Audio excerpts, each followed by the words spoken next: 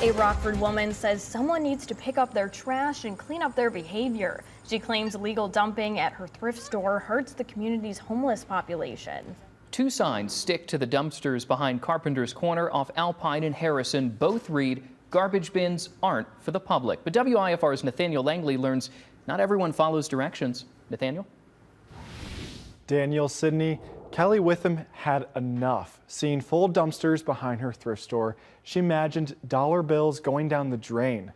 But phone numbers on boxes pointed her to those responsible. So this is what I came out to today. Kelly Witham's day started in the dumps. This is the chain that's supposed to keep them closed. Behind Carpenter's Corner, she found cable locks cut and garbage bins jammed. Yeah, it's just sad that people do this. I don't understand. Witham manages the thrift store, which benefits Carpenter's Place. The nonprofits support nearly 100 people in need each day. I think people don't understand the impact this has on them. Illegal dumping cost Carpenter's Corner $1,200 to replace bins and locks.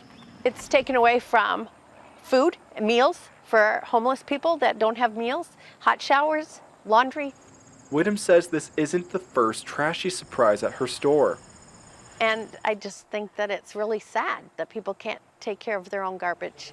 This time, the retail director left a voicemail for a phone number marked on several boxes. So that we don't have to, eat $1,200+ That call led her to a local barbershop owner who apologized and picked up his garbage. We are happy to pay for your garbage if you're happy to pay us back. Witham says the owner didn't offer any compensation for illegally dropping off the trash. For other people with small businesses, that's taking away from their revenue. So it's costing everybody. The barbershop owner didn't give a clear reason why his business's trash was in Carpenter's Corner's dumpsters. He tells me, though, it won't happen again. Thank you, Nathaniel. And putting your trash and others' bins is against city and state law. Fines start at $500 for illegal dumping.